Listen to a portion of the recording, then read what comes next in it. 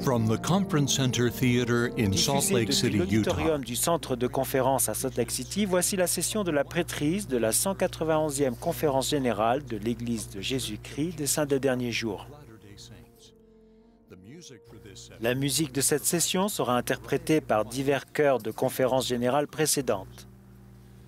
Les détenteurs de la prêtrise du monde entier sont invités à suivre cette session afin de recevoir des directives et des enseignements des dirigeants de l'Église. Cette émission est diffusée à titre de service public par Bonneville Distribution. Tout enregistrement et toute reproduction, transcription ou autre utilisation de cette émission sans autorisation écrite sont interdits.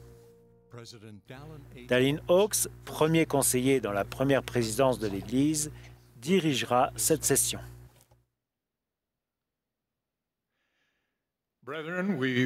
Chers frères, nous vous souhaitons la bienvenue à la session de la prêtrise de la 191e conférence générale d'avril de l'Église de Jésus-Christ des Saints des Derniers Jours. Russell Nelson, qui préside la conférence, m'a demandé de diriger cette session. Nous sommes reconnaissants pour la technologie qui nous permet de suivre la conférence à la radio, à la télévision et par l'Internet. Différents chœurs, organistes et chefs prendront part à l'interprétation de la musique de cette session. Tous les morceaux ont été enregistrés précédemment. Le chœur ouvrira cette réunion en chantant « In Hymns of Praise ». Ensuite, Todd Budge, deuxième conseiller dans l'épiscopat président, fera la prière d'ouverture. Puis le chœur chantera le cantique numéro 111, « Notre Dieu nous a tant aimés ».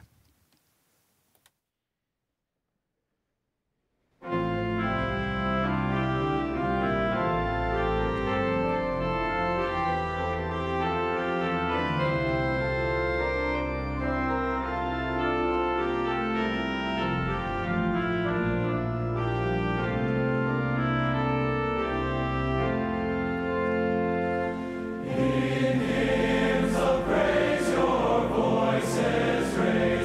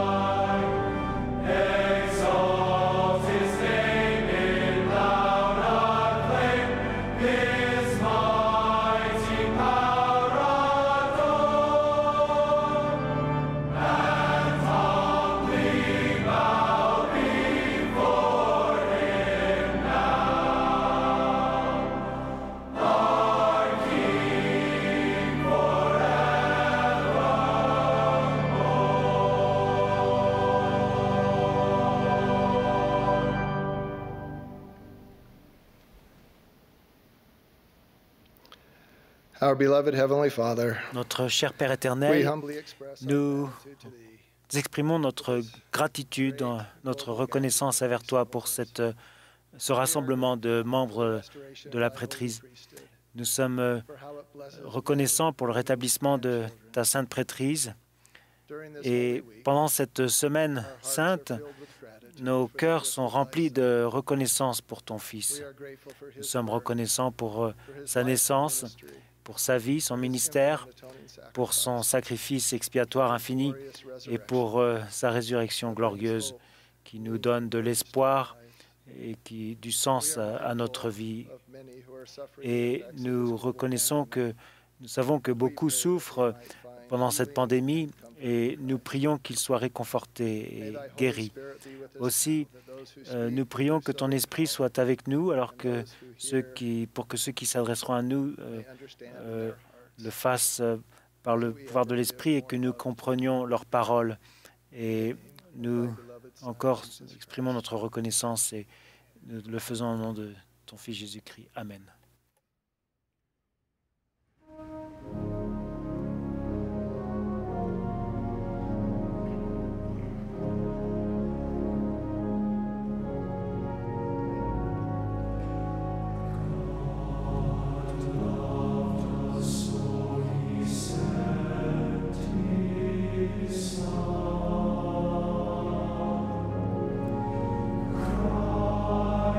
Jesus, the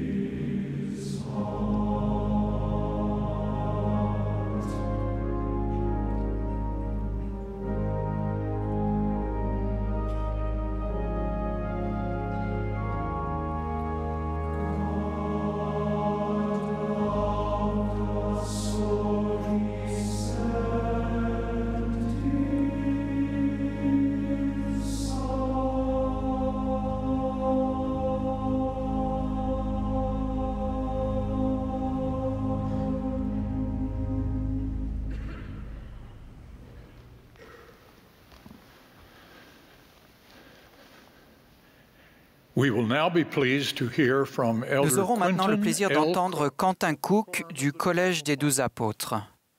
He will be followed by Il sera suivi S. d'Ahmad Corbett, premier conseiller dans la présidence générale des jeunes gens. Elder S. Gifford Ensuite, Nielsen, Gifford Nielsen des 70 s'adressera à nous.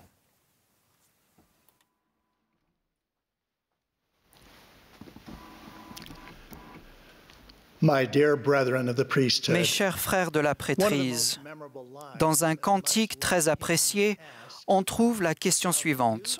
Vas-tu faillir, ô jeunesse? my heartfelt Je déclare de tout cœur et avec force que la réponse est non. to make sure that answer Je témoigne que pour que cette réponse perdure, notre Père céleste a donné aux parents et aux épiscopats la responsabilité fondamentale de soutenir la génération montante en cette période particulière de difficultés et de tentations. Je vais illustrer l'importance de l'épiscopat à l'aide d'une expérience personnelle. Quand j'étais diacre, suite au déménagement de ma famille, j'ai changé de paroisse. C'était également ma première année de collège et j'allais donc me retrouver dans une nouvelle école. Il y avait un groupe de jeunes gens formidables au sein du collège des diacres. La plupart d'entre eux avaient des parents pratiquants dans l'Église. Ma mère était très pratiquante, mais mon père était un homme qui était un homme exceptionnel dans bien des domaines, n'était pas pratiquant. Dean Eyre, le deuxième conseiller dans l'épiscopat, était un dirigeant dévoué. Tandis que j'étais encore dans la phase d'adaptation à cette nouvelle paroisse, une activité père-fils a été organisée à Bear Lake, située à une soixantaine de kilomètres. Je ne pensais pas y participer sans mon père, mais frère Eyre m'a gentiment proposé de l'accompagner à cette activité. Il avait de la considération pour mon père et il parlait de lui avec respect. Il a aussi insisté sur l'importance que cela aurait pour moi de me retrouver en compagnie des autres membres du Collège des diacres. J'ai donc décidé d'y aller avec lui et j'ai vécu une expérience mémorable. Frère Eyre était un exemple merveilleux d'amour chrétien lorsqu'il s'acquittait de ses responsabilités de membre de l'épiscopat, consistant à aider les parents à veiller sur les jeunes et à prendre soin d'eux.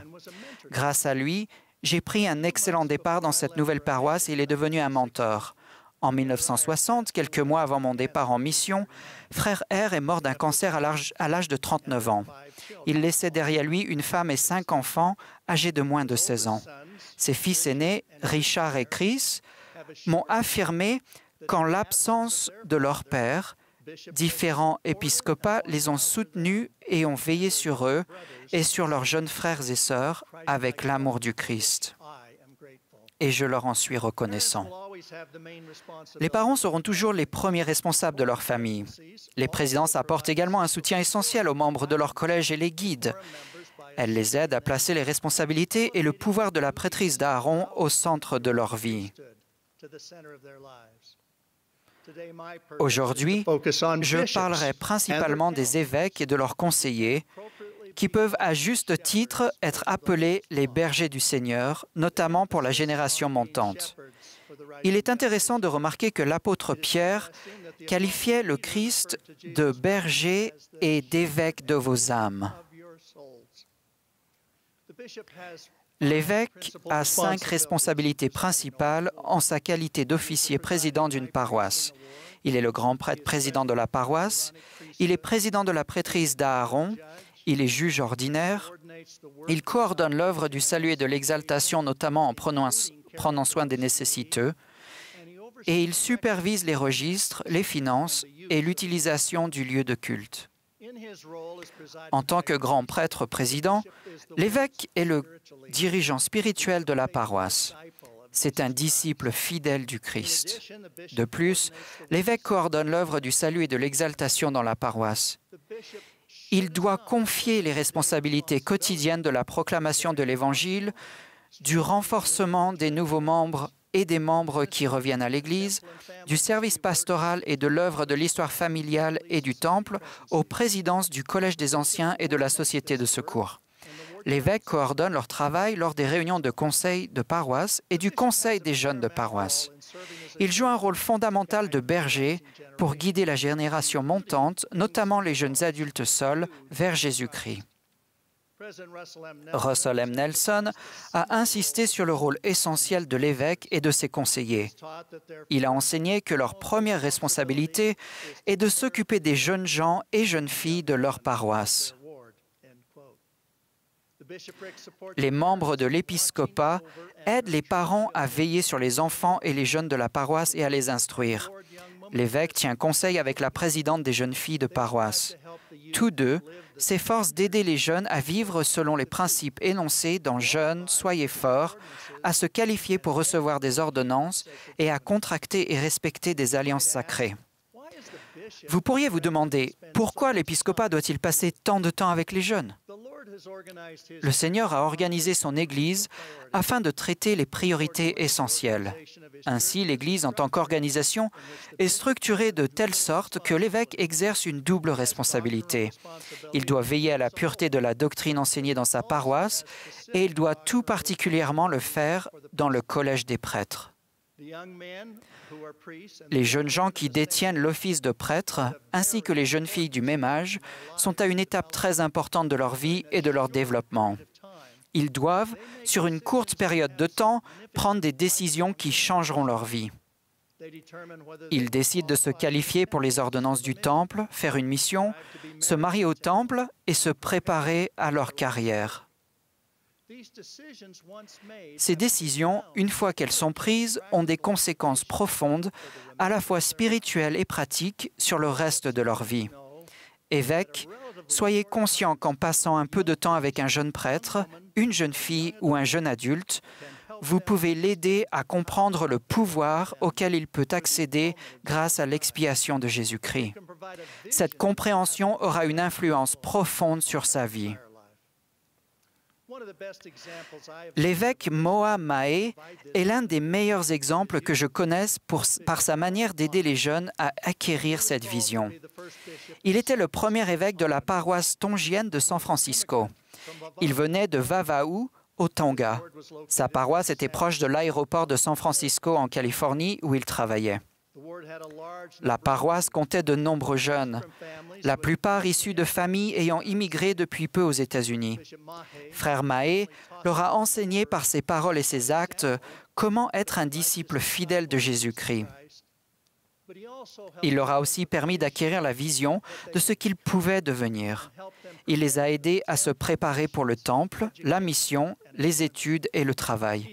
Il a servi pendant près de 8 ans. Ses espoirs et ses rêves pour ces jeunes sont devenus réalité. Presque 90% des jeunes gens de la prêtrise d'Aaron sont partis en mission. 15 de ces jeunes hommes et femmes étaient les premiers membres de leur famille à entrer à l'université.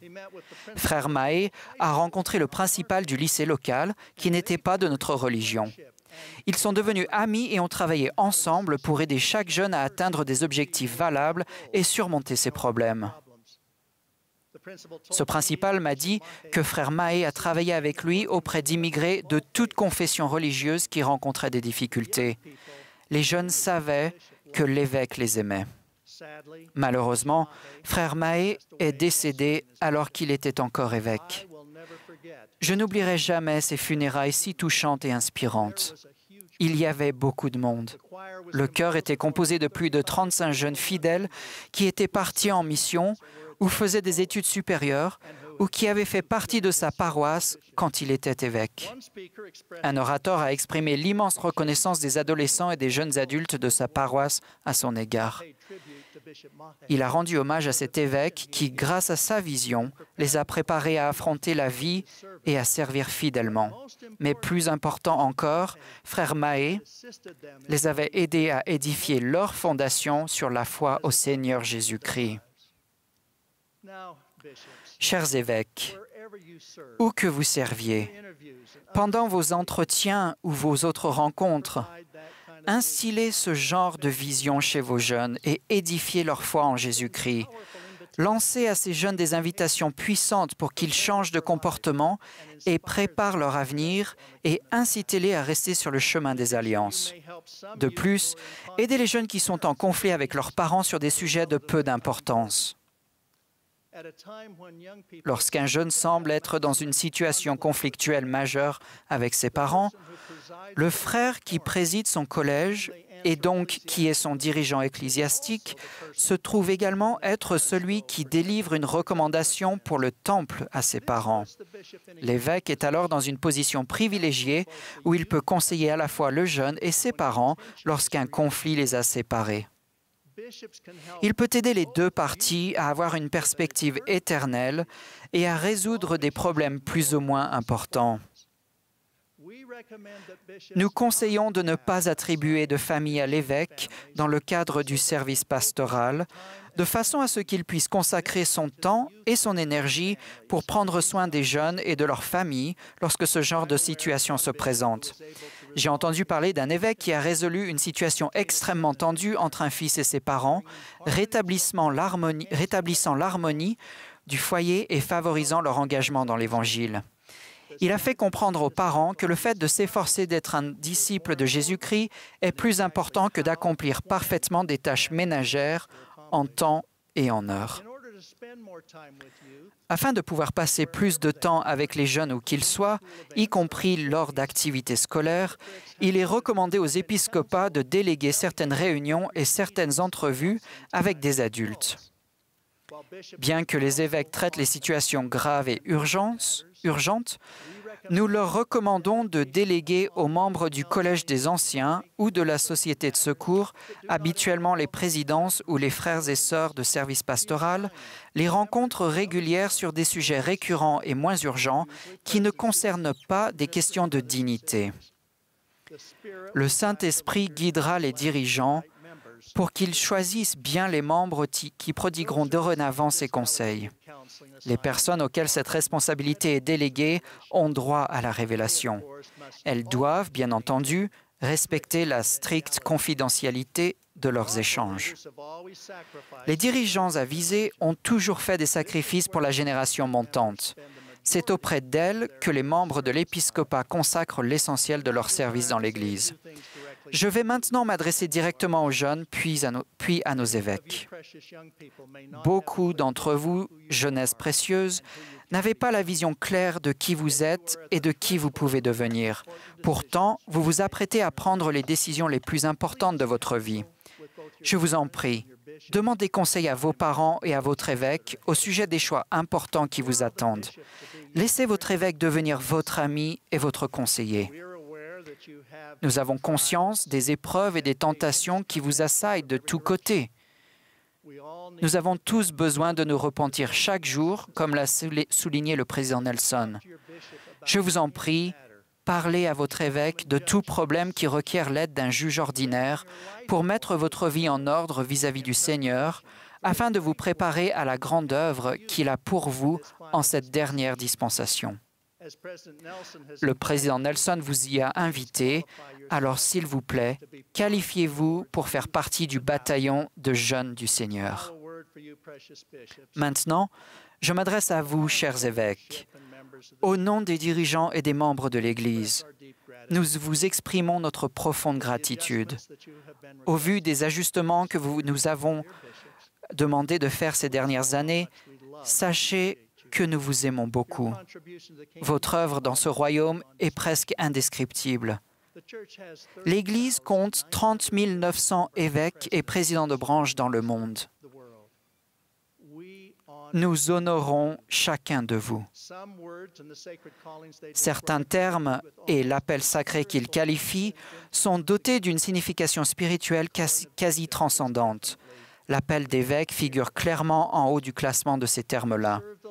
Une telle implication dans le service du Seigneur est remarquable de bien des façons. L'appel, le soutien et la mise à part d'un évêque est une expérience inoubliable. C'est pour moi une expérience qui mérite sa place dans le cercle très restreint des événements rendus sublimes par l'intensité et la variété des sentiments qu'ils éveillent. Elle se place aisément aux côtés d'autres événements précieux qu'on ne peut pas décrire en quelques mots tels que le mariage ou le fait de devenir père. Évêques, nous vous soutenons. Évêques, nous vous aimons. Vous êtes réellement les bergers du Seigneur. Le Sauveur ne vous abandonnera pas dans votre appel sacré, J'en témoigne en ce week-end de Pâques. Au nom de Jésus-Christ, Amen.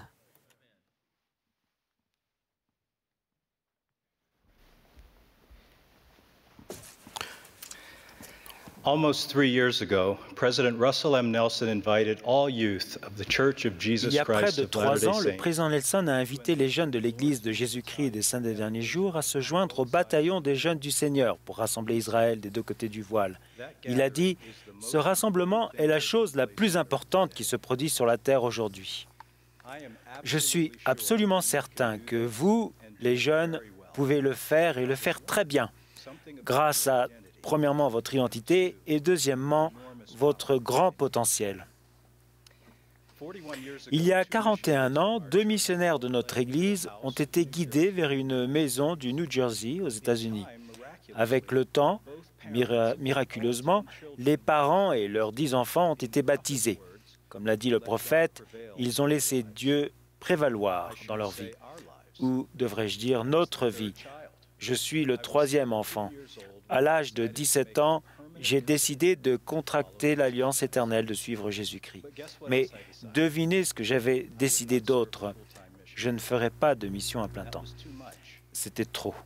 Et on ne pouvait pas s'attendre à ce que j'en fasse une, n'est-ce pas? J'étais tout nouveau dans l'Église, je n'avais pas d'argent. En outre, bien que je venais de terminer mes études secondaires dans l'un des lycées les plus difficiles à l'ouest de Philadelphie et que j'avais affronté des difficultés importantes, j'étais secrètement terrifié à l'idée de quitter mon foyer pendant 2 ans. Mais je venais tout juste d'apprendre que toute l'humanité, moi y compris, avions vécu avec notre Père Céleste en tant que ses fils et ses filles d'esprit avant notre naissance. J'avais cette connaissance et d'autres personnes avaient besoin de savoir que notre Père Céleste souhaite que tous ses enfants jouissent de la vie éternelle avec lui.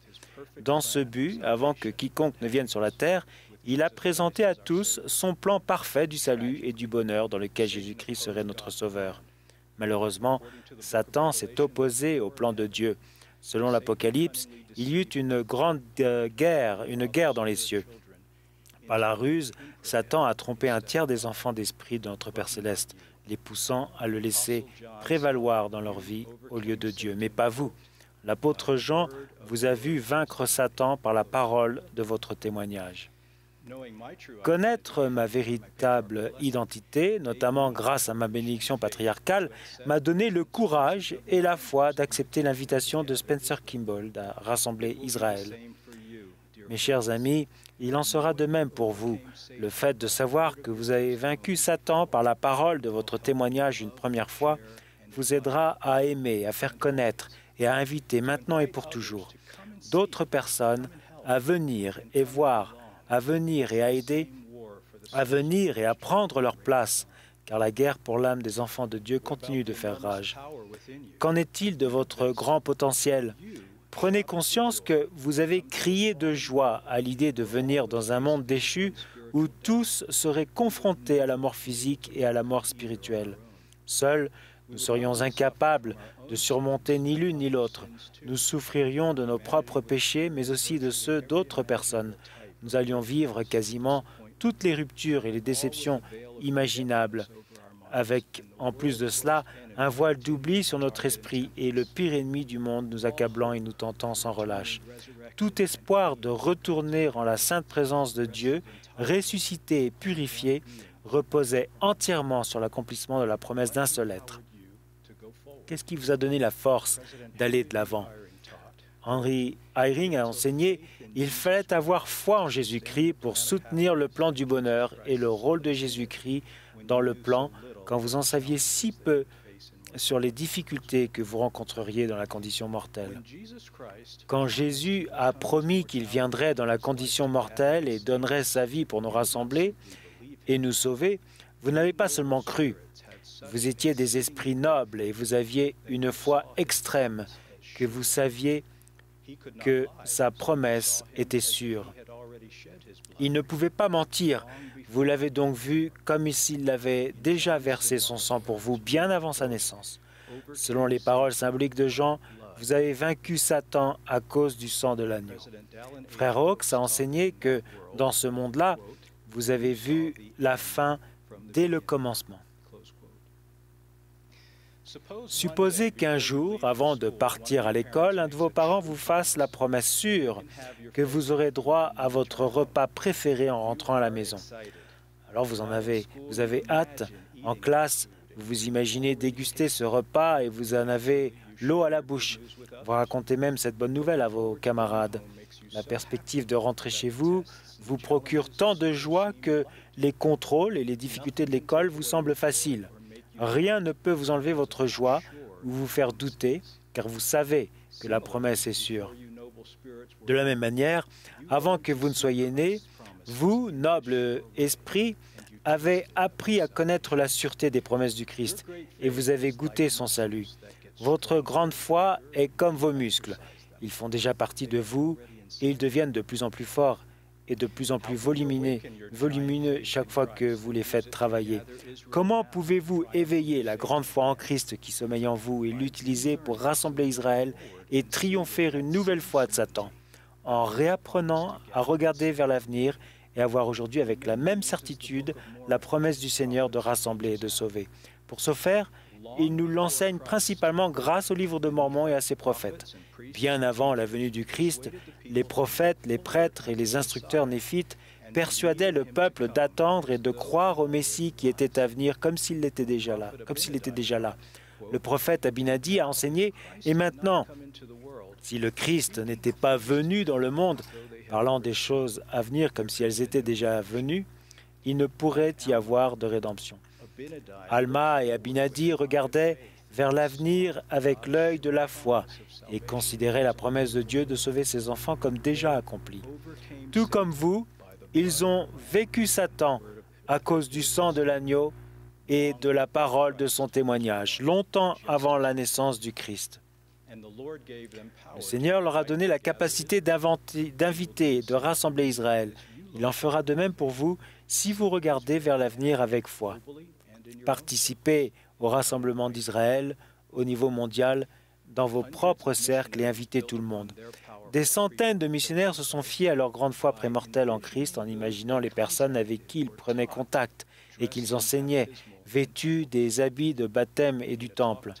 Dans un discours intitulé « Commencer en ayant la faim à l'esprit », le président Nelson a fait part d'un exemple personnel de cela et a demandé aux dirigeants de mission d'enseigner à nos missionnaires de faire la même chose. Le fait de savoir qu'ils ont exercé cette grande foi en Jésus-Christ dans la vie prémortelle a beaucoup aidé nos chers missionnaires à écouter le Sauveur et à éveiller leur grande foi afin de rassembler Israël comme Dieu l'a promis. De toute évidence, imaginez des mensonges nuit à la foi. Mes amis, si vous imaginez ou regardez des choses contraires à votre identité réelle, particulièrement la pornographie, votre foi en Christ s'affaiblira et finira par s'éteindre si vous ne vous repentez pas. Utilisez votre imagination pour affermir votre foi en Christ et pas pour la détruire. Le programme de développement pour les enfants et les jeunes est un outil fourni par notre prophète pour vous aider, vous les jeunes, à développer votre grande foi. Frère Oaks a enseigné, ce programme est conçu pour vous aider à devenir plus semblable au Sauveur dans 4 domaines, spirituel, social, physique et intellectuel. Si vous êtes des exemples dans la manière dont vous vivez l'Évangile, prenez soin d'autrui, invitez tout le monde à recevoir l'Évangile, unissez les familles pour l'éternité et organisez des activités amusantes, la grande foi en Christ que vous aviez dans la vie prémortelle se manifestera et vous donnera la force d'accomplir son œuvre dans cette vie.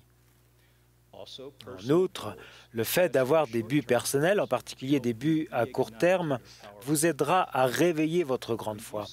Quand vous vous fixez un but honorable, vous regardez vers l'avenir, comme vous l'avez fait auparavant, et vous voyez ce que notre Père céleste veut que vous ou quelqu'un d'autre deveniez. Frère Cook a enseigné « Ne sous-estimez jamais l'importance de planifier, de se fixer des buts et d'inviter autrui avec l'œil de la foi. » C'est à vous de choisir. Le Seigneur a dit « Ils ont en eux le pouvoir de choisir par eux-mêmes. » Frère Anderson a expliqué « Votre foi ne grandira pas par hasard, mais par choix. » Il a ajouté que toutes les questions que vous vous posez trouveront une réponse grâce à la patience et à l'œil de la foi. Je témoigne que, premièrement, votre véritable identité et, deuxièmement, l'immense puissance de la foi en Christ en vous permettront de préparer le monde au retour du Sauveur en invitant chaque personne à venir au Christ et à recevoir les bénédictions de son expiation. Puissions-nous tous transmettre la joie liée à la promesse sûre du livre de Mormon, les justes qui écoutent les prophètes et attendent avec constance dans le Christ, malgré toutes les persécutions, ne périront pas. Mais le Christ les guérira et ils auront la paix avec lui. Au nom de Jésus-Christ. Amen.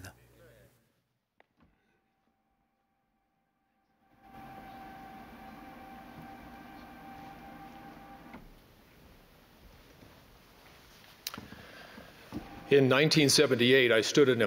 1978, je me trouvais sur un terrain de football américain dans un stade contenant 65 000 personnes.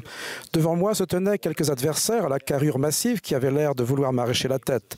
C'était mon premier match de NFL, la Ligue nationale de football américain. Et nous affrontions les champions en titre du Super Bowl. Pour être honnête, je n'étais pas sûr d'être assez bon pour me trouver sur le terrain. J'ai reculé pour faire ma première passe et à l'instant où j'ai lancé le ballon, j'ai été percuté plus fort que je ne l'avais jamais été auparavant. À cet instant, écrasé sous une pile d'imposants athlètes, je me suis demandé ce que je faisais là. Il me fallait prendre une décision. Allais-je me laisser vaincre par mes doutes ou allais-je trouver le courage et la force de me lever et de continuer ? Je ne réalisais pas à l'époque que cette expérience allait me préparer pour des occasions futures. Je devais apprendre que je pouvais être fort et courageux devant les situations difficiles. Un match de football n'est pas aussi important que les difficultés auxquelles vous ferez face. Dans la plupart des cas, vous n'aurez pas les yeux de milliers de spectateurs braqués sur vous. Mais vos décisions empreintes de vaillance auront une portée éternelle. Nous ne nous sentons peut-être pas toujours à la hauteur, mais notre Père Céleste nous voit comme de courageux bâtisseurs de son royaume. C'est pour cela qu'il nous a envoyés ici en cette période si déterminante de l'histoire du monde. Et c'est à notre tour. Écoutez ces paroles du président Nelson peu après son soutien en tant que président de l'Église. Notre Sauveur et Rédempteur Jésus-Christ va accomplir certaines de ses œuvres les plus puissantes d'ici à son retour. Nous allons voir des indications miraculeuses que Dieu le Père et son Fils Jésus-Christ président cette Église en majesté et en gloire. Ces œuvres les plus puissantes, des indications miraculeuses, à quoi cela va-t-il ressembler? Quel rôle jouerons-nous et comment saurons-nous quoi faire? Je n'ai pas toutes les réponses, mais je sais que le Seigneur veut que nous soyons prêts. Exercer le pouvoir de la prêtrise dignement n'a jamais été aussi primordial. Croyons-nous aux paroles du prophète de Dieu? Pouvons-nous découvrir et accomplir notre destinée? Oui, nous le pouvons et nous le devons, car c'est à notre tour. Lorsque nous entendons les histoires des grands serviteurs de Dieu qui nous ont précédés, tels que Moïse, Marie, Moroni, Alma, Esther, Joseph et beaucoup d'autres, ils nous apparaissent tous plus grands que nature. Mais ils n'étaient pas si différents de nous. C'étaient des personnes ordinaires qui ont affronté des difficultés. Ils ont fait confiance au Seigneur. Ils ont fait les bons choix lors de moments décisifs. Et avec foi en Jésus-Christ, ils ont accompli ce qui était attendu d'eux à leur époque. Prenez Josué, un des héros de l'Ancien Testament. Il a suivi fidèlement Moïse, l'un des plus grands dirigeants de l'histoire. Après le décès de Moïse, ce fut le tour de Josué. Son appel était de faire entrer les enfants d'Israël dans la terre promise. Comment allait-il s'y prendre? Josué était né et avait vécu en tant qu'esclave en Égypte. Il n'avait pas de manuel ou de vidéo de formation pour le guider. Il n'avait même pas de smartphone. Mais il avait cette promesse du Seigneur. Je serai avec toi comme j'ai été avec Moïse. Je ne te délaisserai pas. Je ne t'abandonnerai pas. Fortifie-toi et prends courage. Lorsque je venais d'être appelé 70 et que j'étais inexpérimenté, j'ai reçu un coup de téléphone urgent du bureau de la première présidence qui voulait savoir si je pouvais représenter le prophète en rendant visite immédiatement à un jeune homme hospitalisé. Le jeune homme se prénommait Zach. Il se préparait à faire une mission, mais avait eu un accident et présentait une grave blessure à la tête. Tandis que je conduisais pour me rendre à l'hôtel, mon esprit s'est emballé. En mission, pour le prophète, vraiment, à quoi dois-je m'attendre? Comment vais-je aider ce jeune homme? Ai-je suffisamment de foi?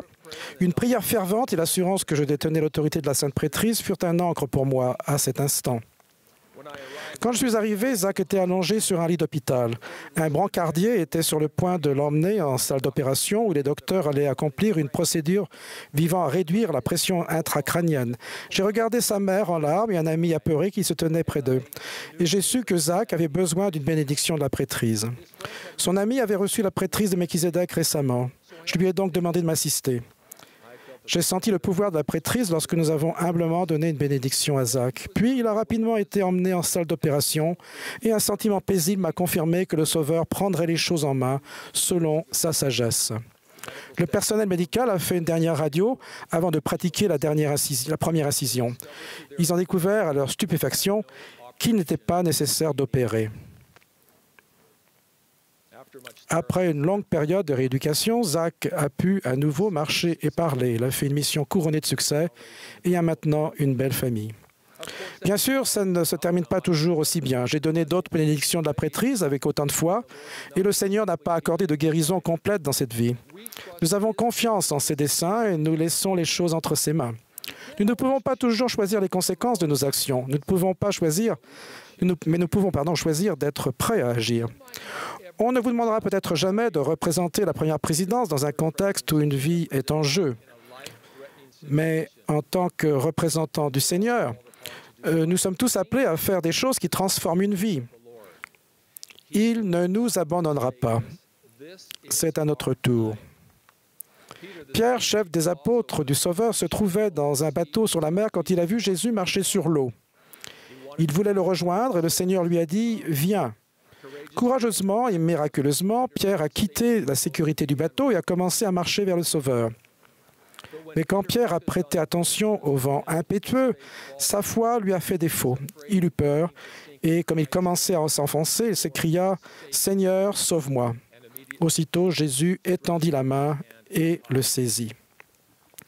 Quand le vent souffle dans notre vie, à quoi prêtons-nous attention? Souvenez-vous, il y a toujours une source sûre de force et de courage. Jésus étend les bras vers nous, tout comme il l'avait fait pour Pierre, si nous tendons les bras pour attraper les siens.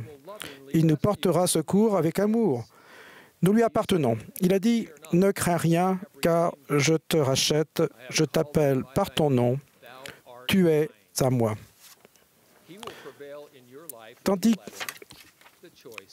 le choix est à nous. Tandis qu'il s'approchait de la fin de sa vie, Josué a supplié son peuple. « Choisissez aujourd'hui qui vous voulez servir. Moi et ma maison, nous servirons l'Éternel. » Grâce au choix qu'il a fait pour servir le Seigneur, Josué est devenu un grand dirigeant de son temps. Mes chers amis, c'est à notre tour. Nos choix vont déterminer notre destinée. Quand j'étais évêque, nous avions une devise dans notre paroisse. Les bons choix mènent au bonheur, éternellement. Lorsqu'ils me croisaient dans le couloir, les jeunes me disaient « Frère Nelson, je fais de bons choix. » C'est le rêve de tout évêque. Que veut-on dire par bon choix? Un homme a demandé un jour à Jésus « Quel est le plus grand commandement de la loi ?» Il a répondu « Tu aimeras le Seigneur ton Dieu de tout ton cœur, de toute ton âme et de toute ta pensée. » C'est le premier et le plus grand commandement. Et voici le second qui lui est semblable. Tu aimeras ton prochain comme toi-même. Je ne sais pas ce que vous en pensez, mais quand je lis ces deux grands commandements, j'en détecte un troisième qui est sous-entendu. S'aimer soi-même. Avez-vous déjà considéré que s'aimer soi-même est un commandement? Peut-on vraiment aimer Dieu et ses enfants si nous ne nous aimons pas nous-mêmes? Un dirigeant plein de sagesse a récemment donné des conseils à un homme qui essayait de surmonter des années de choix destructeurs. L'homme éprouvait de la honte et ne pensait pas mériter l'amour de qui que ce soit. Son dirigeant lui a dit « Le Seigneur vous connaît, il vous aime. Il est très content de vous et des efforts que vous faites. » Puis il a ajouté « Il vous faut accepter le commandement de vous aimer vous-même afin de pouvoir ressentir l'amour de Dieu et aimez votre prochain. Lorsque ce frère a entendu ce conseil, la vie lui apparut sous un jour nouveau. Il a dit plus tard, « J'ai passé ma vie à chercher la paix et l'acceptation. Je les ai cherchés dans bien de mauvais endroits. Je ne peux trouver le réconfort que dans l'amour de notre Père céleste et du Sauveur. Je sais qu'ils veulent que je m'aime. C'est là le seul moyen pour moi de ressentir leur amour. » Notre Père céleste veut que nous nous aimions, pas pour devenir orgueilleux ou égocentriques, mais de façon à nous voir comme lui nous voit, en tant que ses enfants bien-aimés. Quand cette vérité s'enracine profondément dans notre cœur, notre amour pour Dieu grandit. Quand nous nous voyons avec un respect sincère, nos cœurs sont disposés à traiter autrui de cette même façon. Plus nous prenons conscience de notre valeur divine, plus nous comprenons cette vérité divine. Dieu nous a envoyés ici et maintenant, à cette époque décisive, pour que nous fassions le plus grand bien possible avec les talents et les dons qui sont les nôtres. C'est à notre tour. Joseph Smith a enseigné que tous les prophètes, à toutes les époques, ont attendu avec impatience et allégresse les jours dans lesquels nous vivons. Ils ont chanté, écrit et prophétisé sur notre temps. Nous sommes le peuple que Dieu a choisi pour accomplir la gloire des derniers jours. Lorsque vous faites face aux difficultés quotidiennes, rappelez-vous les paroles rassurantes de Jeffrey Holland. Nous avons une grande responsabilité, mais ce sera une expérience glorieuse et réussie. La victoire de cette lutte finale a déjà été déclarée. La victoire est déjà dans les annales, ces annales, les Écritures. En ce jour de Pâques, je vous invite et que nous reconnaissions notre rôle individuel alors que nous nous préparons au jour glorieux où le Seigneur reviendra. Le Seigneur nous aime plus que nous ne pouvons l'imaginer et il répondra à nos prières. Et que ce soit sur un terrain de football, dans une chambre d'hôpital ou n'importe quel autre lieu, nous pouvons jouer un rôle important dans ces événements remarquables parce que c'est notre tour. Au nom de Jésus-Christ. Amen.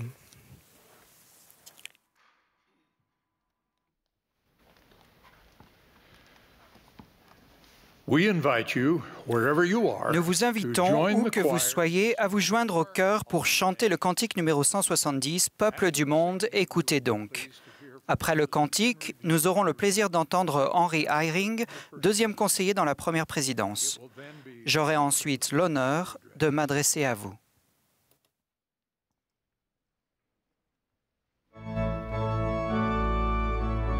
Vous assistez à la session de la prêtrise de la 191e conférence générale de l'Église de Jésus-Christ des Saints des Derniers Jours.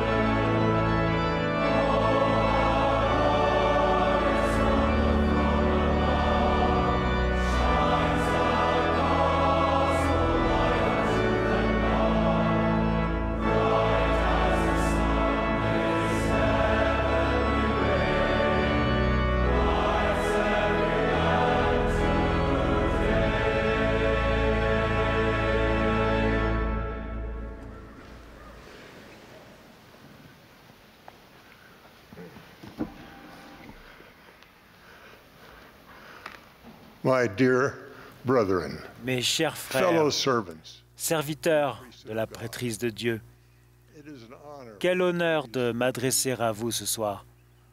You have my Vous avez mon respect et ma gratitude les plus profonds. while I speak Quand je parle avec vous ou que j'entends parler de votre grande foi, je suis convaincu que le pouvoir de la prêtrise s'accroît de plus en plus dans le monde, avec des collèges de plus en plus forts et des détenteurs de la prêtrise de plus en plus fidèles. my few moments. Pendant ces quelques moments avec vous ce soir, je vais m'adresser à tous ceux Even more qui souhaitent que leur service personnel dans la prêtrise soit encore meilleur. you know of the charge Vous connaissez votre devoir de magnifier votre appel à servir, but you may mais wonder vous vous demandez peut-être ce que magnifier cet appel signifie pour vous. I will start Je vais commencer par les nouveaux diacres, because they are the parce most que likely to feel ce uncertain sont eux qui sont les plus susceptibles de se demander ce que magnifier leur service dans la prêtrise signifie. newly ordained Les elders might anciens also want to listen récemment ordonnés devraient écouter également, to weeks of service. et cela peut aussi intéresser un évêque qui en est à ses premières semaines de service. C'est une source d'enseignement pour moi de me rappeler l'époque où j'étais diacre. J'aurais aimé que quelqu'un m'ait dit alors ce que je vais recommander à présent. Cela aurait pu m'aider dans toutes les tâches de la prêtrise qui m'ont été confiées depuis, même dans celles que je reçois actuellement. J'ai été ordonné diacre dans une branche si petite que j'étais l'unique diacre et mon frère Ted était l'unique instructeur. Nous étions l'unique famille de la branche. La branche entière se réunissait chez nous. Le dirigeant de la prêtrise que nous avions, mon frère et moi, était un nouveau converti qui venait lui-même de recevoir la prêtrise. Je croyais alors que mon unique devoir était de distribuer la Sainte Seine dans ma propre salle à manger. Lorsque ma famille a déménagé en Utah, je me suis retrouvé dans une grande paroisse avec de nombreux diacres. Lors de ma première réunion de Sainte Seine dans cette paroisse, j'ai observé la façon dont les diacres se déplaçaient avec précision en distribuant la Sainte Seine, comme une équipe bien entraînée. Le dimanche suivant, je suis allé à l'église de bonne heure pour être seul à un moment où personne ne pourrait me voir. C'était la Yield Crest Ward à Salt Lake City, si je me souviens bien. Et ils avaient une petite statuette, et je me suis mis derrière cette statue. Alors que j'ai prié ardemment pour recevoir l'aide dont j'avais besoin pour ne pas me tromper à ce moment. Cette prière a été exaucée. Mais aujourd'hui, je sais qu'il existe une meilleure façon de prier et de penser afin de progresser dans notre service dans la prêtrise.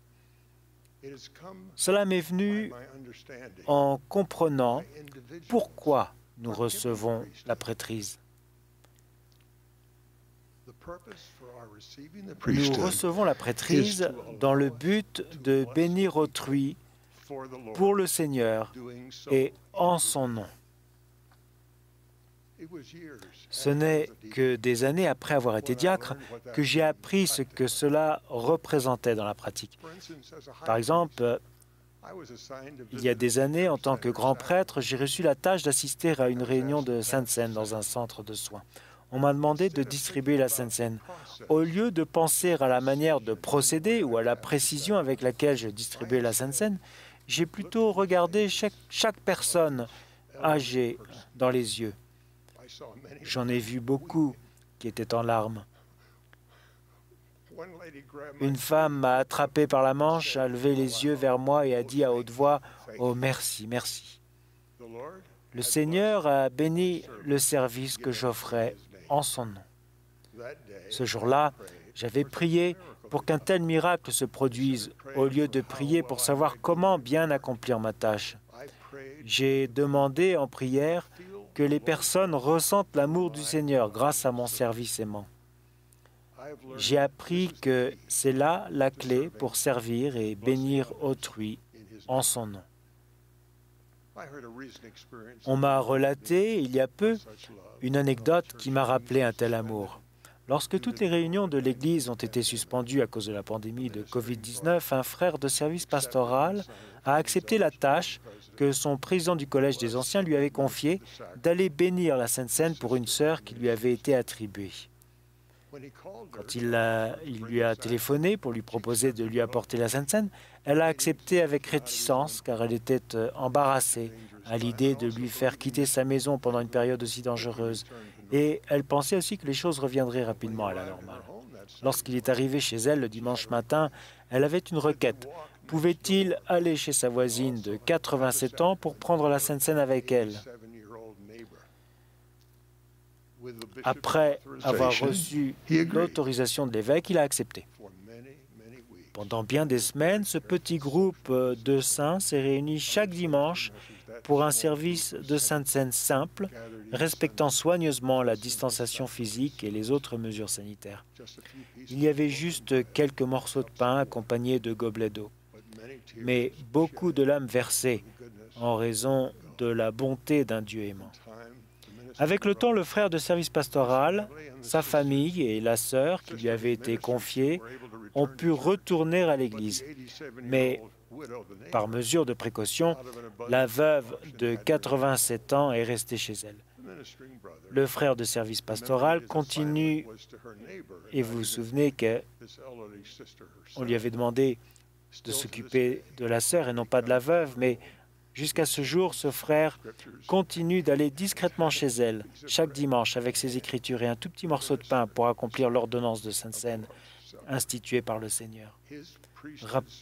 Il remplit son service dans la prêtrise comme je l'avais fait dans le centre de soins, avec amour.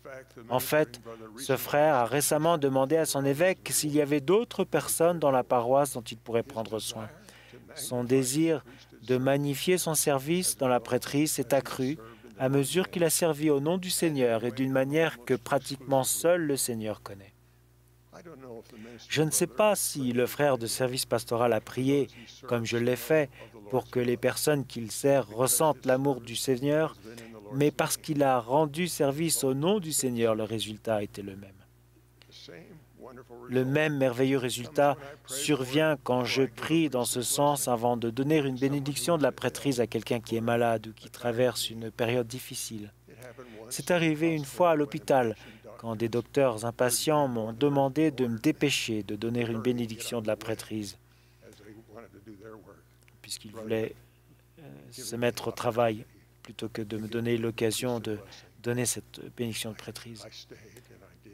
Et je suis resté, je l'ai fait. Et cette petite fille que j'ai bénie ce jour-là et que les docteurs pensaient condamnée a vécu. Et je suis reconnaissant maintenant que ce jour, je n'ai pas laissé mes propres sentiments prendre le dessus, mais j'ai senti que le Seigneur voulait que cette petite fille soit bénie et je savais quelle serait cette bénédiction. Et je l'ai bénie, qu'elle soit guérie, et elle l'a été. C'est arrivé de nombreuses fois lorsque j'ai donné une bénédiction à quelqu'un qui semblait être aux portes de la mort, le lit entouré de membres de la famille espérant une bénédiction de guérison. Même si je n'ai qu'un moment, je prie toujours pour connaître la bénédiction que le Seigneur prévoit que je donne en son nom. Et je demande de quelle façon il veut bénir cette personne, et non ce que je veux, ni ce que veut son entourage. D'après mon expérience, même lorsque la bénédiction n'est pas ce que les personnes souhaitent pour elles-mêmes ou pour leur être cher, l'Esprit touche les cœurs, afin qu'ils éprouvent un sentiment d'acceptation et de réconfort plutôt que de la déception. La même inspiration vient quand des patriarches jeunes et prient pour être guidés afin de donner la bénédiction que le Seigneur désire pour une personne. Là encore, des bénédictions données en ma présence m'ont surpris et ont surpris aussi les personnes qui les recevaient.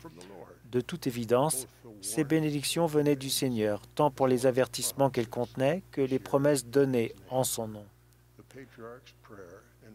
Le Seigneur avait récompensé la prière et le jeûne du patriarche.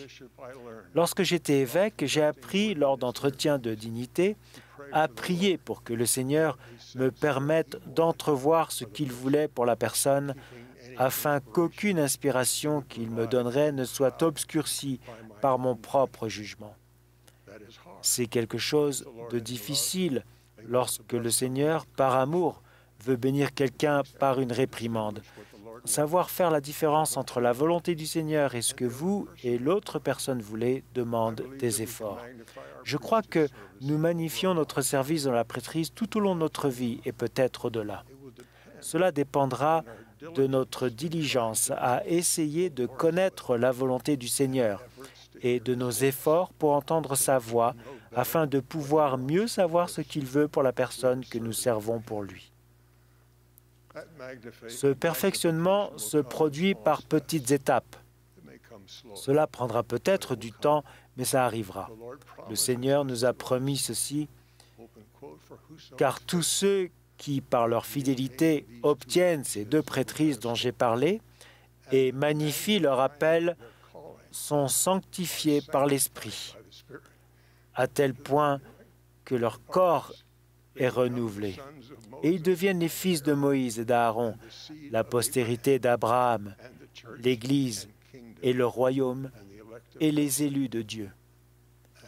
Et tous ceux qui reçoivent cette prêtrise me reçoivent, dit le Seigneur. Je témoigne que les clés de la prêtrise ont été rétablies et confiées à Joseph Smith le prophète.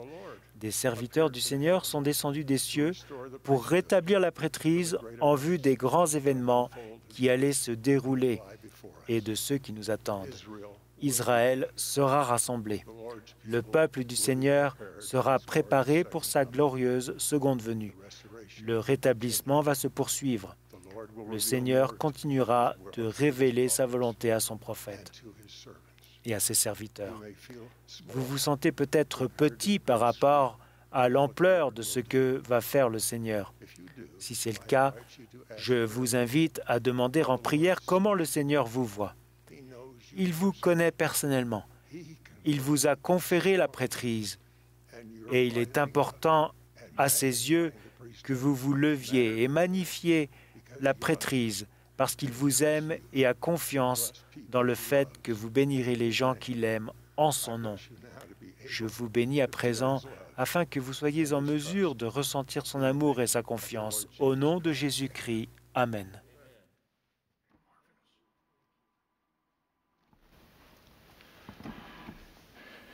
Il y a bien des années, lors d'une réunion de conférence de pieux un samedi soir, j'ai rencontré une femme qui m'a dit que ses amis lui avaient demandé de revenir à l'église alors qu'elle s'en était éloignée depuis de nombreuses années, mais qu'elle ne voyait aucune raison de le faire. Pour l'encourager, je lui ai dit, « Quand vous réfléchissez à toutes les choses que le Sauveur a faites pour vous, il y a de nombreuses raisons de revenir pour l'adorer et le servir. » J'ai été stupéfait quand elle a répondu, « Qu'a-t-il fait pour moi? Qu'est-ce que Jésus-Christ a fait pour chacun de nous? Il a fait tout ce qui est essentiel à notre voyage dans la condition mortelle vers la destinée décrite dans le plan de notre Père céleste. Je vais parler de 4 des principaux aspects de ce plan. Dans chacun d'eux, son Fils unique Jésus-Christ est le personnage central. Ce qui est sous-jacent à tout cela, c'est l'amour de Dieu qui se répand dans le cœur des enfants des hommes. C'est pourquoi c'est la plus désirable de toutes les choses. À la veille du dimanche de Pâques, il est opportun de parler premièrement de la résurrection de Jésus-Christ. La résurrection des morts est le pilier personnel rassurant de notre foi. Elle donne un sens à notre doctrine, motive notre comportement et nous apporte de l'espoir pour l'avenir. Parce que nous croyons aux descriptions de la résurrection littérale de Jésus-Christ rapportées dans la Bible et le livre de Mormon, nous acceptons également les nombreux passages scripturaires qui enseignent qu'une résurrection semblable sera accordée à tous les mortels qui ont vécu ici-bas. Jésus a enseigné « Car je vis et vous vivrez aussi ». Et ses apôtres ont dit que les morts ressusciteront incorruptibles et que ce corps mortel revêtira l'immortalité. Mais la résurrection nous donne bien plus que l'assurance de l'immortalité. Elle change notre manière de voir la vie sur terre. La résurrection nous donne la perspective et la force de supporter les épreuves de la condition mortelle auxquelles nos êtres chers et nous sommes confrontés. Elle nous donne une nouvelle manière de voir les problèmes physiques, mentaux ou émotionnels que nous portons en nous à la naissance ou dont nous héritons au cours de la vie. Elle nous donne la force de supporter le chagrin, l'échec et la frustration. Étant donné que la résurrection est assurée pour chacun de nous, nous savons que les imperfections de notre vie ici-bas et l'opposition ne sont que temporaires. La résurrection constitue aussi une grande incitation à respecter les commandements de Dieu dans la condition mortelle. Lorsque nous ressusciterons d'entre les morts et que, selon la prophétie, nous nous présenterons au jugement dernier, nous voudrons nous être qualifiés pour les plus grandes bénédictions promises aux êtres ressuscités. En outre, la promesse que la résurrection inclut la possibilité d'être avec notre famille, mari, femme, enfants, parents et postérité, nous est d'une grande motivation pour assumer nos responsabilités familiales ici-bas. Elle nous aide également à vivre ensemble avec amour dans cette vie et nous réconforte au moment de la mort de nos êtres chers. Nous savons que les séparations de cette vie terrestre ne sont que temporaires et nous comptons sur de joyeuses retrouvailles et associations futures. La résurrection nous donne l'espérance et la force d'être patients dans notre attente.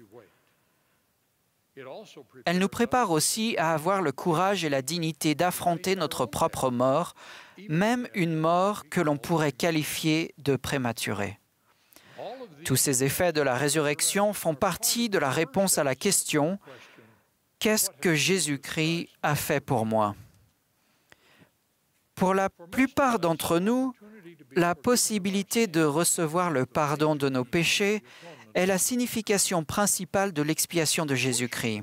Avec adoration et recueillement, nous chantons « Il vint sur terre de plein gré, et gage précieux, son sang, sa vie, il a donné pour nous ouvrir les cieux. » Notre Sauveur et Rédempteur a enduré une souffrance incompréhensible afin de s'offrir en sacrifice pour les péchés de tous les êtres humains qui se repentent. Ce sacrifice expiatoire offrait le bien absolu, l'agneau pur et sans défaut, pour la mesure absolue du mal, les péchés du monde entier. Il nous a ouvert la porte de la purification de nos péchés afin que nous soyons admis de nouveau dans la présence de Dieu, notre Père éternel. Cette porte est accessible à tous les enfants de Dieu. Avec adoration, nous chantons « Oui, c'est merveilleux, il quitta son trône divin. Pour racheter mon âme fière, sur terre il vint. Il étend son amour sur un homme comme moi. » L'effet magnifique et incompréhensible de l'expiation de Jésus-Christ s'appuie sur l'amour de Dieu pour chacun d'entre nous. Cela confirme ce qu'il a déclaré : les âmes, celles de tous les êtres humains, ont une grande valeur aux yeux de Dieu. Dans la Bible, Jésus-Christ a expliqué cela en termes d'amour de notre Père céleste. Car Dieu a tant aimé le monde qu'il a donné son Fils unique, afin que quiconque croit en lui ne périsse point, mais qu'il ait la vie éternelle. Dans la révélation moderne, notre Rédempteur Jésus-Christ a déclaré qu'il a tant aimé le monde qu'il a donné sa vie, afin que tous ceux qui croient deviennent les fils de Dieu. Est-il donc surprenant que le livre de Mormon, un autre témoignage du Christ, se termine sur un enseignement déclarant que pour devenir parfait et être sanctifié dans le Christ, nous devons aimer Dieu de tout notre pouvoir, de toute notre pensée et de toute notre force. Son plan motivé par l'amour doit être reçu avec amour. Qu'est-ce que notre Sauveur Jésus-Christ a fait d'autre pour nous? Grâce aux enseignements de ses prophètes et du fait de son ministère personnel, Jésus nous a enseigné le plan du salut. Ce plan comprend la création, le but de la vie, la nécessité de l'opposition et le don du libre arbitre. Il nous a aussi enseigné les commandements et alliances que nous devons respecter et les ordonnances que nous devons recevoir pour retourner auprès de nos parents célestes. Dans la Bible, nous lisons ces enseignements. « Je suis la lumière du monde. Celui qui me suit ne marchera pas dans les ténèbres, mais il aura la lumière de la vie. » Dans la révélation moderne, nous lisons « Je suis Jésus-Christ, une lumière qui ne peut être cachée dans les ténèbres. » Quand nous suivons ces enseignements, il éclaire notre chemin dans cette vie et garantit notre destinée dans la suivante. Parce qu'il nous aime, il nous incite à nous concentrer sur lui, non sur les choses de ce monde mortel.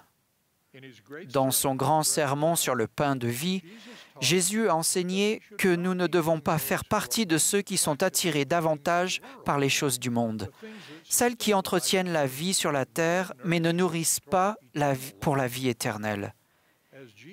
Il a déclaré à maintes et maintes reprises « Suis-moi ».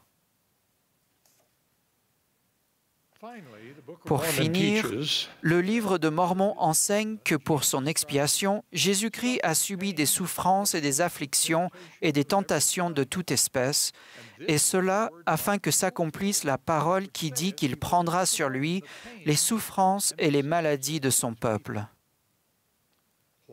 Pourquoi notre Sauveur a-t-il subi ces difficultés terrestres de toute espèce? Alma explique: et il prendra sur lui ses infirmités, afin que ses entrailles soient remplies de miséricorde selon la chair, afin qu'il sache, selon la chair, comment secourir ou soulager ou aider son peuple selon ses infirmités.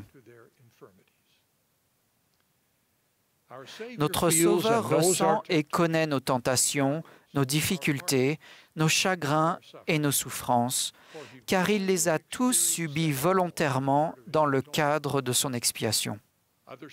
D'autres passages des Écritures l'affirment. Le Nouveau Testament déclare « Ayant été tenté lui-même dans ce qu'il a souffert, il peut secourir ceux qui sont tentés. » Ésaïe enseigne « Ne crains rien, car je suis avec toi, je te fortifie, je viens à ton secours. » Toutes les personnes qui souffrent d'infirmités ici-bas doivent se souvenir que notre Sauveur a aussi éprouvé ce genre de douleur et que grâce à son expiation, il nous donne à tous la force de les supporter. Joseph Smith, le prophète, a résumé tout cela dans le 3e article de foi. Nous croyons que grâce au sacrifice expiatoire du Christ, tout le genre humain peut être sauvé en obéissant aux lois et aux ordonnances de l'Évangile.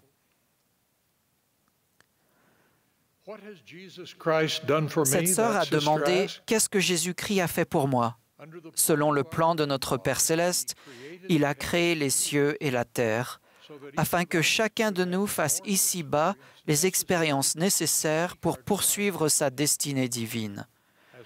La résurrection de Jésus-Christ, qui fait partie du plan du Père, a vaincu la mort et garantit l'immortalité à chacun d'entre nous.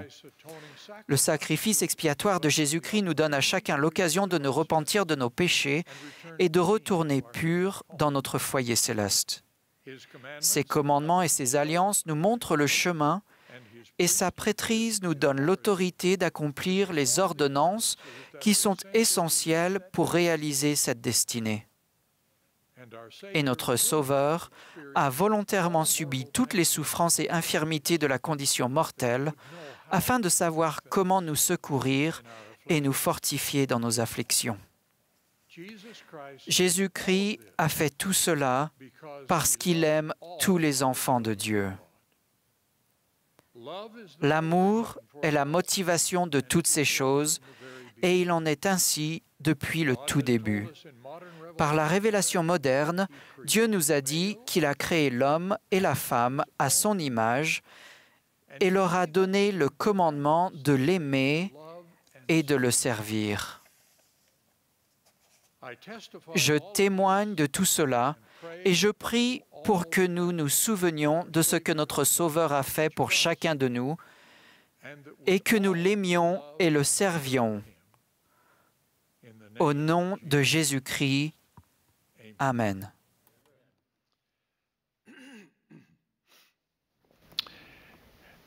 Brethren, thank you for joining us this Chers frères, nous vous remercions de votre présence ce soir.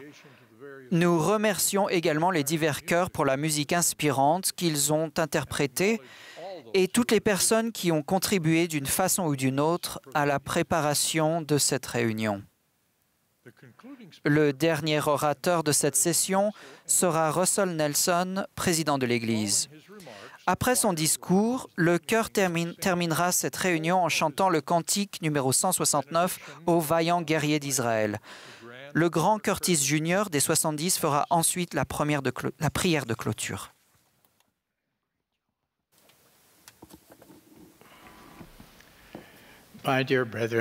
Mes chers frères, j'ai attendu avec impatience cette réunion en ligne avec vous. La dernière fois que nous avons tenu une session de la prêtrise de la conférence générale, c'était en avril 2019. Beaucoup de choses sont arrivées au cours des 2 dernières années. Certains d'entre vous ont perdu des êtres chers. D'autres ont perdu leur emploi, leurs moyens de subsistance ou leur santé. D'autres encore ont perdu la paix ou l'espoir en l'avenir. J'ai de la compassion pour chacun de vous qui avez subi ces difficultés ou d'autres pertes. Je prie constamment que le Seigneur vous console. Continuez de laisser Dieu prévaloir dans votre vie. Je sais qu'il est tout aussi optimiste concernant votre avenir qu'il l'a toujours été. Nous avons perdu des choses, mais nous en avons aussi gagné. Certains d'entre nous ont gagné une foi plus profonde en notre Père céleste et en son Fils Jésus-Christ. Beaucoup ont trouvé une nouvelle perspective dans la vie, même une perspective éternelle. Vous avez peut-être établi des relations plus fortes avec vos êtres chers et avec le Seigneur. Et j'espère que vous avez acquis une plus grande aptitude à l'écouter et à recevoir la révélation personnelle. Les épreuves difficiles sont souvent des occasions de progresser qui n'auraient jamais existé autrement. Réfléchissez aux 2 années écoulées. Comment avez-vous progressé? Qu'avez-vous appris? À première vue, vous aimeriez peut-être vouloir revenir en 2019 et y rester. Mais si vous examinez votre vie dans un esprit de prière, je crois que vous verrez les nombreuses manières par lesquelles le Seigneur vous a guidé à travers cette période de difficulté, vous aidant à devenir un homme plus dévoué, plus converti, un véritable homme de Dieu. Je sais que le Seigneur a un grand plan, un plan merveilleux pour nous, individuellement et collectivement. Avec compassion et patience, il dit, je cite, « Vous êtes de petits enfants, et vous n'avez pas encore compris combien sont grandes les bénédictions que le Père a préparées pour vous. Et vous ne pouvez pas supporter tout maintenant. Néanmoins, prenez courage, car je vous guiderai le long du chemin. » Fin de citation. Chers frères, je témoigne qu'il nous a guidés et qu'il continue de le faire, tandis que nous nous efforçons de l'écouter. Il veut que nous progressions et apprenions, malgré l'adversité et peut-être surtout grâce à elle. L'adversité est un grand instructeur. Qu'avez-vous appris au cours des 2 dernières années dont vous voulez toujours vous souvenir? Votre réponse sera personnelle. Mais j'aimerais suggérer 4 leçons que j'espère que nous avons tous apprises et que nous n'oublierons jamais. Leçon numéro 1. Le foyer est le centre de la foi et de la pratique religieuse. Souvent, quand le Seigneur nous avertit des dangers des derniers jours, il joint à ces mises en garde le conseil suivant. Tenez-vous en des lieux saints et ne vous laissez pas ébranler. Ces lieux saints comprennent évidemment les temples et les églises du Seigneur. Mais quand la possibilité de nous réunir dans ces lieux a été restreinte à divers degrés, nous avons appris que l'un des lieux les plus saints sur la terre est le foyer. Oui, votre foyer. Frères, vous détenez la prêtrise. Les droits de la prêtrise sont inséparablement liés au pouvoir du ciel. Vous et les membres de votre famille avez reçu des ordonnances de la prêtrise. Le pouvoir de la divinité se manifeste dans les ordonnances de la prêtrise. Ce pouvoir est disponible pour vous et votre famille dans votre propre foyer, si vous respectez les alliances que vous avez contractées. Il y a 185 ans, aujourd'hui, le 3 avril 1836, Élie a rétabli les clés de la prêtrise qui permettent à nos familles d'être scellées pour toujours. C'est pourquoi c'était si bien d'administrer la Sainte Seine dans notre foyer. Ne pensez-vous pas que les membres de votre famille ont été touchés de vous voir, vous, leur père, grand-père, mari, fils ou frère, administrer la Sainte Seine? Qu'allez-vous faire pour conserver ce sentiment sacré dans votre famille? Vous avez peut-être l'impression que vous devez en faire davantage pour que votre foyer soit un véritable sanctuaire de foi. Si tel est le cas, faites-le. Si vous êtes marié, tenez conseil avec votre femme en qualité de partenaire égal dans cette œuvre cruciale. Peu de causes sont plus importantes que celle-ci. Entre maintenant et le jour où le Seigneur reviendra, nous devons tous faire de notre foyer un lieu de sérénité et de sécurité. Les attitudes et actions qui favorisent la présence de l'Esprit augmenteront la sainteté de votre foyer. De même, il est tout aussi certain que la sainteté disparaîtra si quoi que ce soit dans votre comportement ou dans votre environnement offense le Saint-Esprit, car alors les cieux se retirent. Vous êtes-vous jamais demandé pourquoi le Seigneur veut que nous fassions de notre foyer le centre de l'apprentissage et de la pratique de l'Évangile? Ce n'est pas simplement pour nous préparer et nous aider à traverser une pandémie. Les restrictions actuelles concernant les rassemblements se termineront un jour. Cependant, votre engagement à faire de votre foyer le sanctuaire principal de votre foi ne devrait jamais prendre fin. Tandis que la foi et la sainteté décroîtront dans ce monde déchu, votre besoin de lieux saints augmentera. Je vous exhorte à continuer de faire de votre foyer un véritable lieu saint et de ne pas vous laisser ébranler afin d'atteindre cet objectif essentiel. Leçon numéro 2. Nous avons besoin les uns des autres. Dieu veut que nous travaillions ensemble et que nous nous aidions mutuellement. C'est la raison pour laquelle il nous envoie sur la terre dans des familles et nous organise en paroisses et en pieux. C'est la raison pour laquelle il nous demande de servir et de veiller les uns sur les autres. C'est la raison pour laquelle il nous demande de vivre dans le monde, mais de ne pas être du monde. Nous pouvons accomplir tellement plus de choses ensemble que seuls. Le plan du bonheur prévu par Dieu échouerait si ses enfants restaient isolés les uns des autres. La récente pandémie a été unique en ce qu'elle a touché tout le monde sur Terre pratiquement au même moment.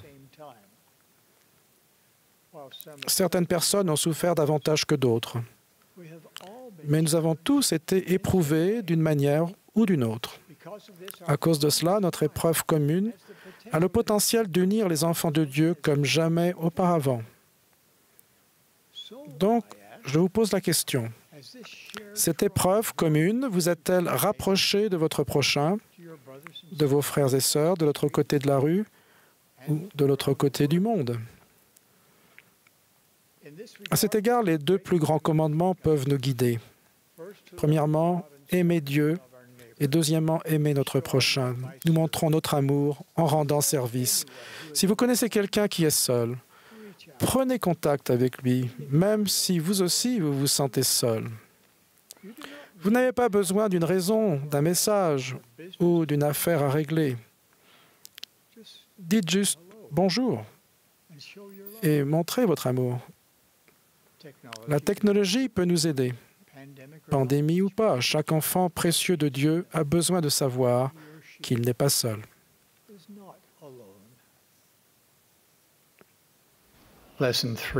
Leçon numéro 3. Votre collège de prêtrise ne se résume pas à une simple réunion. Pendant la pandémie, les réunions de collège du dimanche ont été annulées pendant un temps. Certains collèges peuvent désormais se réunir à distance. Néanmoins, il n'a jamais été prévu que l'œuvre que le Seigneur a confiée au collège de la prêtrise soit réduite à une réunion. Les réunions ne sont qu'une petite partie de ce qu'un collège est censé être et de ce qu'il peut accomplir. Mes frères des collèges de la prêtrise d'Aaron et d'Anciens, reprenez la mesure des raisons pour lesquelles nous avons des collèges. Comment le Seigneur aimerait-il que vous utilisiez votre collège pour accomplir son œuvre maintenant? Recherchez la révélation du Seigneur, humiliez-vous, demandez, écoutez.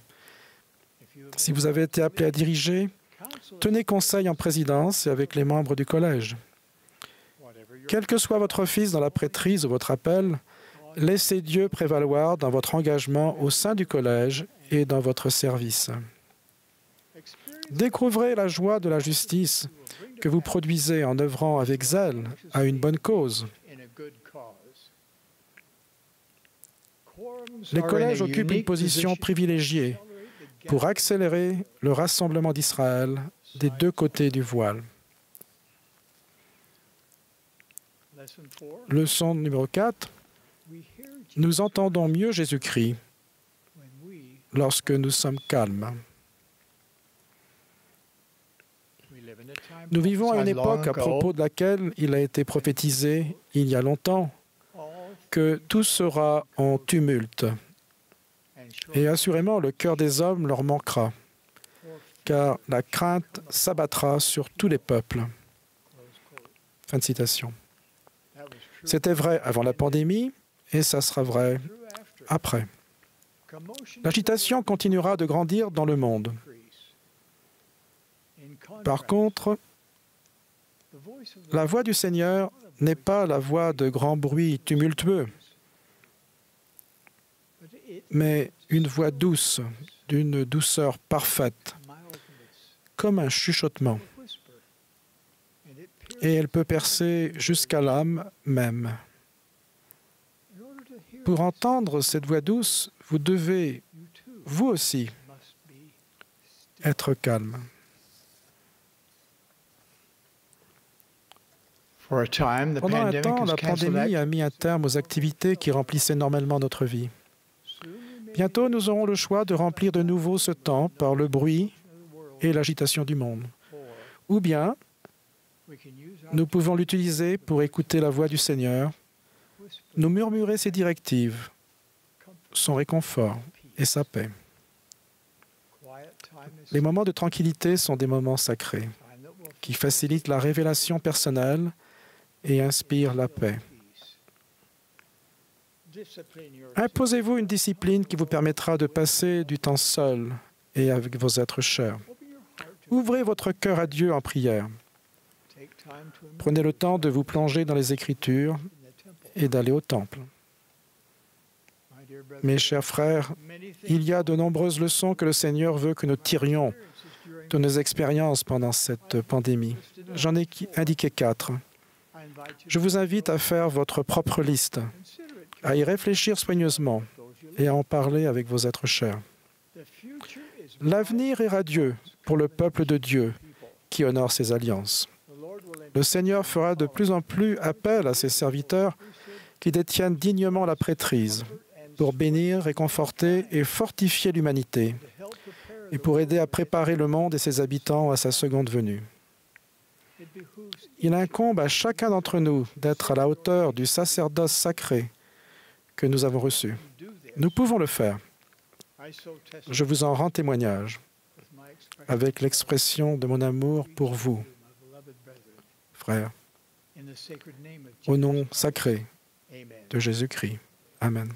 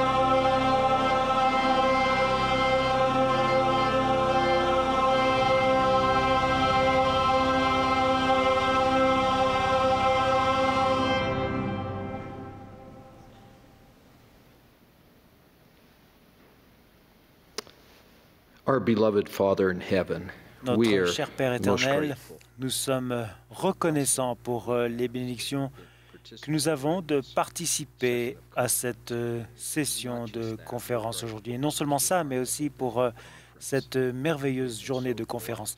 Nous avons été tellement bénis par les messages que nous avons entendus. Nous sommes reconnaissants par la préparation des messages et pour le fait que nous ayons été enseignés et guidés par des prophètes. Nous sommes reconnaissants pour tous ceux qui nous ont instruits ce soir et dans les réunions précédentes aujourd'hui. Et nous prions que tu bénisses la première présidence et les 12 et que tu soutiennes ces hommes fidèles. Nous prions pour eux. Nous prions aussi que tu bénisses les sœurs remarquables de l'Église et pour la bénédiction et la force qu'elles nous donnent. Et puis, nous prions ce soir pour les détenteurs de la prêtrise afin qu'ils servent, que nous servions comme tu le souhaites dans nos foyers, mais aussi auprès des membres seuls de l'Église et de l'Église entière. Nous te remercions. Nous te demandons de nous bénir alors que nous nous préparons à célébrer Pâques demain au nom de Jésus-Christ. Amen.